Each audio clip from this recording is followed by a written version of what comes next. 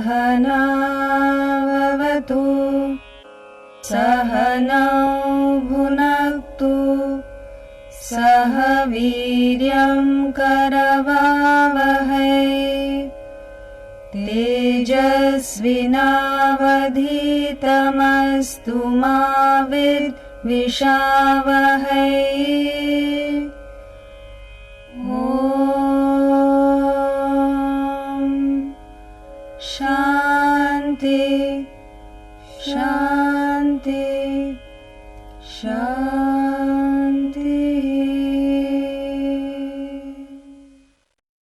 We as human beings have two distinct facets within us, and depending on which one we identify with, which one we operate out of, we experience two very dissimilar, opposing feelings. One aspect in us is constantly discontent, always agitated, deficient, insecure. But even as this discontent factor is playing upon us, there is something else in us which, irrespective of what happens around in the world, has the capacity to be always sada, they call it, satatam, nityam. These are the words they use. Happy, content, abundant, irrespective of what the world has to offer. Even in these times, when people are feeling insecure, when people are wondering what tomorrow holds for us, there is something in us which can always, always be happy. So, what is that in us which can make us happy? What is it that we need to steer clear of which makes us unhappy is the question.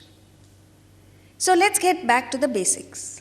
The basics are that you and I consist of essentially two factors. What are these two factors? Matter and spirit. So when you identify with the matter layers in you, you are bound to be discontent.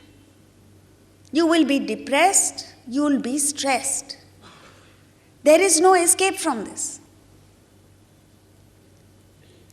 But at the same time,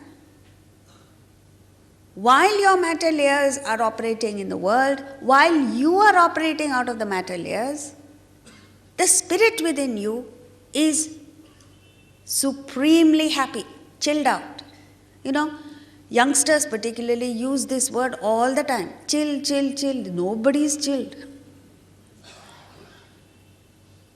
Because you're constantly focusing on the matter layers in you. So most look for happiness in material things.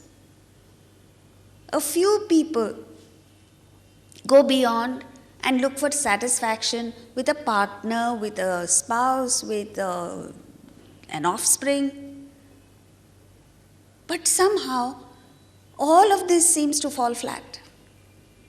And then at the end of it, you feel cheated and say, what is this? I've invested so much of my time and effort and energies in building relationships, in acquiring wealth. And at the end of it all, to feel cheated is not good. So therefore, what can we do about it? The Bhagavad Gita has a solution for each and every one of us. Especially as Farid Zakaria said in Newsweek, in today's world when we've got a wake-up call from hell, he calls it. When we've got a wake-up call from hell, what has happened at the end of the day is just desire gone haywire, gone completely out of control. So, there was a time when people used to spend the money that they had. Then they started borrowing and spending. Now we've reached a situation where people are spending money that never exists. And this is the root cause of the problem. If only America had listened to the Bhagavad Gita. Yes, it's true.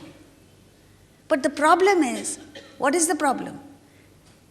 Number one, you say, forget America doing it. Even if we had listened, we would have been out of it.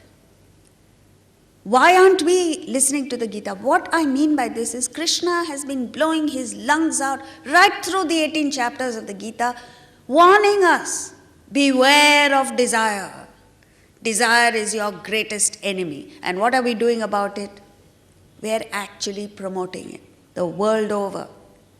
Even here in India. There are hoardings, there are billboards, there are TV commercials to say, don't be content. Thoda or wish karo, right? And this is where it's got us, all the wishing and the craving. So, why is it that we ourselves are not looking at the Gita? Because number one, I don't know from where we've got it, but we've got absurd misconceptions about the Gita. And that's what we're going to take a look at before we get into the verses. As long as you think that the Gita is going to rob you of your enjoyments, is going to take away that which you value, you're never going to take a look at it. And even if you do, you'll pay lip service to it. That's it. And that's what we are doing. All the millions outside are not even coming here. The few of us that are here are only paying lip service to it. The second thing is that there is a disconnect. The language of the Gita is Sanskrit. None of us speak Sanskrit. Most importantly, it was given out 5,000 years ago, so even if it were translated, the context is all foreign to us. And the third is that it seems to speak of a very abstract concept. It's talking about Atman, Brahman, that nobody can identify with, nobody knows what it is. So therefore, let's take a quick look at the misconceptions that we have about the Gita, and let's see what we can do about it. The first thing that frightens us about the Gita is that we believe that the Gita wants us to change our lifestyle.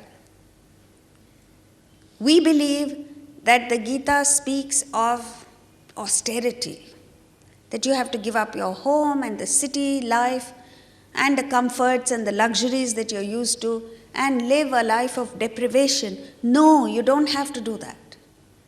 Krishna in the Gita himself says, enjoy the kingdom, gain what you can, acquire wealth. Nobody's against wealth or the world. But all that the Gita says is, just bring about a shift in mindset, bring about a change in attitude. And it is this shift in attitude that can make a lot of difference in our state of happiness, in our acquisitions, and our enjoyment. So what is it that we need to do? All of us are focusing on only what we don't have. And as long as you're looking only at what you don't have, you're not enjoying what you have. So instead, what the Gita says is, take a look at what you have. Be grateful for it. Enjoy it. You can then aspire to gain more, that's okay. But to be in a state of discontentment just because you don't have one or two things is absurd. And even the one or two things that you don't have is an imaginary vacuum. It's an imaginary lack. It's not that you really need it. The next thing, disastrous, is we believe that the Gita wants us to give up wealth. Completely wrong. Because in the Gita, in the 3rd chapter, he gives us a clear prescription for acquisition of wealth. He gives the blueprint of right action and of perfect action. And when you perform perfect action, prosperity will automatically come to you. But at the same time, the Gita says, why are you restricting yourself to a lower enjoyment? Because material things can only give you a certain limited quantum and quality of enjoyment. Why don't you expand your vision to accommodate higher enjoyment? Have whatever wealth you want, but don't cut yourself off from higher enjoyments like emotional joys, intellectual thrills, spiritual delight, which needs cultivation. And the most important thing is that the Gita helps you to become a towering personality, develop merit. Once you develop merit, you don't need to chase after wealth. Wealth will chase you. Take a look at all the people who have reached excellence. The greatest sports persons in the world, like this Abhinav Bindra, who suddenly out of the blue went and got a gold medal in the Olympics. He doesn't need to go and ask for endorsements. People come to him. You should live life in such a way that the world chases after you and not the other way around. Another thing we believe is that the Gita robs you of enjoyment. Please take a look at your lives. Is there any one of us here who really enjoys life? When was the last time you sat down to a meal and concentrated on the food that you were eating and you enjoyed it without a cell phone ringing, without your looking at your BlackBerry to see what emails have come, without a phone call coming and disturbing you? So in fact, the Gita restores the enjoyment, the zest for life, the enthusiasm in life that you've already lost. Hardly anyone is full of joy and cheer these days. All of us are burdened with some problem or the other. Either it's a problem that's weighing you down, or there's an anxiety for something in the future.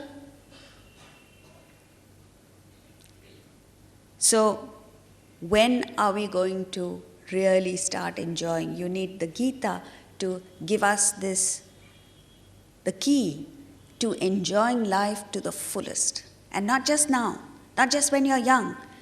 Continue the enjoyment till the last day of your life. Another thing is, the other day at one of the classes, a lady asked a question and she was really troubled by it. She said, I respect the Gita, but I can't understand why the Gita wants me to give up my attachments. Why does the Gita want me? She interpreted giving up attachment. Yes, the Gita speaks of giving up attachment. But she interpreted giving up attachment as losing your loved ones. It is not true at all. Let's take a look at what is the love that we profess to have. You say you love another individual. Question that. Do you really love the other person? No. Then whom do you love? Yourself. So actually you love yourself and then you say, I love you to some person. Why? Because that person caters to you in some way or the other. Makes life comfortable for you. Caters to you emotionally, intellectually. Either in the present, it's either real or perceived return. So when you say I love a person because of the return that you're getting from the person, is that love? No. What is it? It's business. In business, what do? You give a product in return for money. Or you give money in return for a product. That's what you're doing in the name of love. And that is what the Gita is opposing, because it is not true love. It is attachment. And why is the Gita opposing attachment? Because the dictum in life is, and if you don't learn anything today or for the next 3 days, please go home with this one dictum, which is attach, you lose. Detach, you gain. You know, we conduct this course for school children on values, and they pick it up so fast. 7th standard and 8th standard kids. And we tell them, attach, just once they need to be told. Attach, you lose, detach, you gain, and they repeat it 40 minutes later. So, what is it with attachment that leads to loss?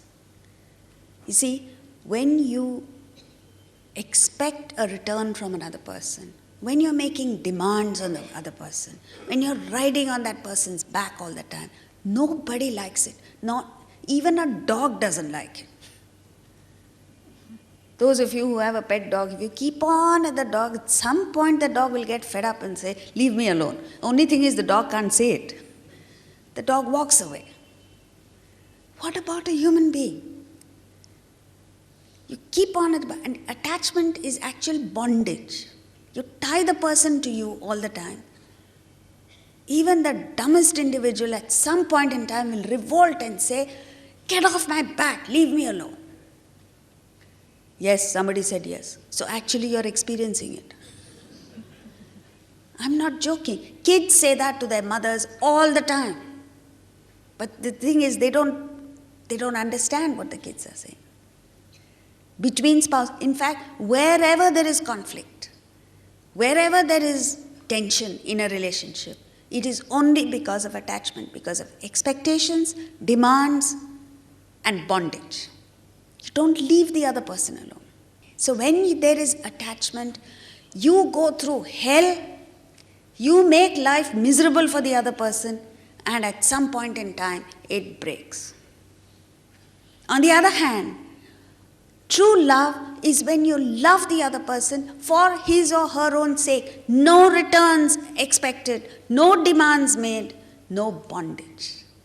You fully respect the other person's independence.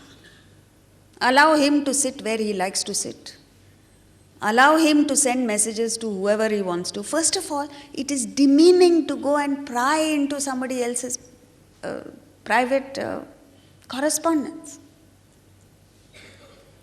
All this happens where there is attachment. The Gita helps you to knock off this attachment and have wonderful, long-lasting, permanent, loving relationships with people. Why can't you understand that? You only hang on to one thing and say, oh, the Bhagavad Gita says give up attachments.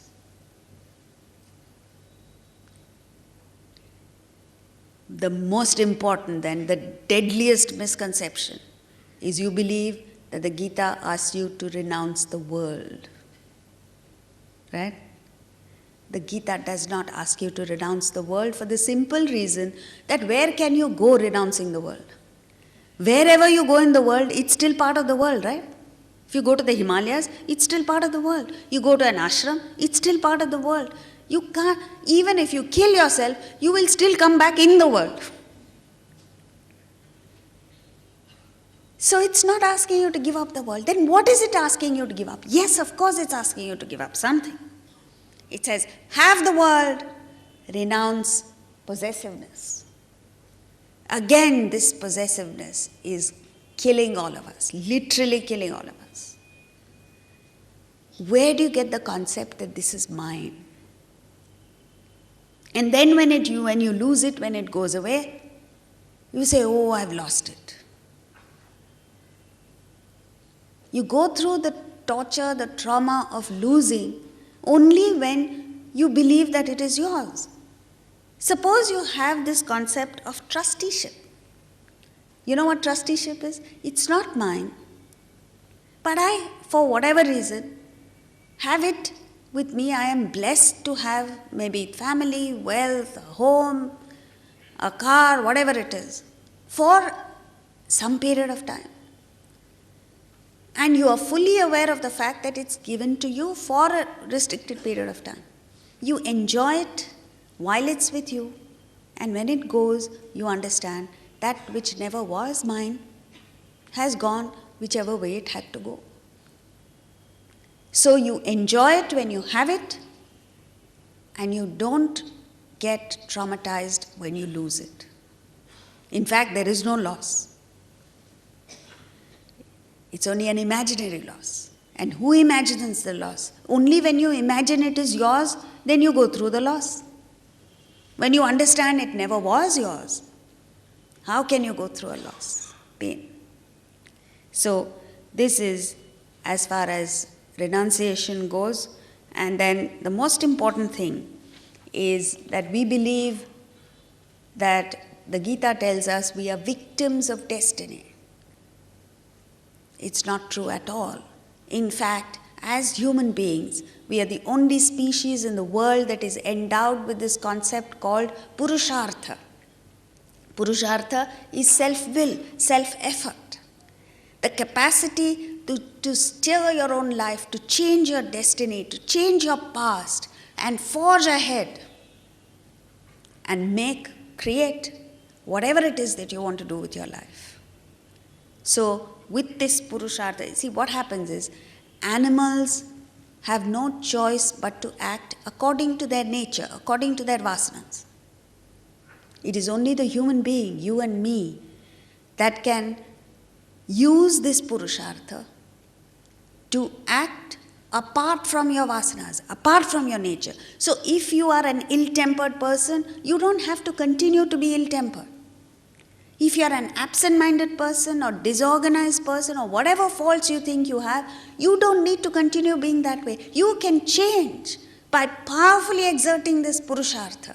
An ill-tempered person can become a good-natured person. A forgetful, disorganized person can become an organized, methodical person. And in our Shastras, we have Valmiki, who was a dacoit, became one of the Saptarishis. This capacity we have, the question is, how many of us are using it? You say, I'm like this only, take it or leave it. It's not a question of whether others take it or leave it. The question is, are you comfortable living with yourself the way you are? If you're not, make a determined effort to change, and by God you can change. The last thing that the Gita does for us, which we don't even in our remotest thoughts entertain, is that we have infinite potential. And yet we always carry the concept that I can't. If somebody tells you, why don't you do this? You say, no, I can't. Recently someone asked me, so, do you lecture in Hindi? And I said, no, I can't. And the person said, if Sonia Gandhi can speak in Hindi, why can't you? And I said, yes, maybe I can. So you have to change these concepts of I can't to I can. And I will, and I want to, and you will. So when you open your mind, your heart out to this divine aspect in us, the spirit in us, the spirit that is splashed everywhere in nature, like Wordsworth says, and I have felt a presence that disturbs me with the joy of elevated thoughts, a sense sublime of something far more deeply interfused, whose dwelling is the light of setting suns, and he goes on, and the round ocean, and the living air. And he goes on and on. You know, interestingly, when Swami Vivekananda, he was Narendra then, he was a student in Calcutta University. And there was an English professor called Professor Hastie, who was teaching Wordsworth. And then he referred to it as a state of samadhi. And he said, very few people in the world have reached this state of equanimity, samadhi. But I know one person right here in Calcutta who's achieved it. He says, Ramakrishna of Dakshineshwar. It is amazing that it was an Englishman and an English professor who introduced Ramakrishna Paramahamsa to Narendra. And this is what our tragedy is. Those of us who are exposed to this knowledge, those of us who have benefited from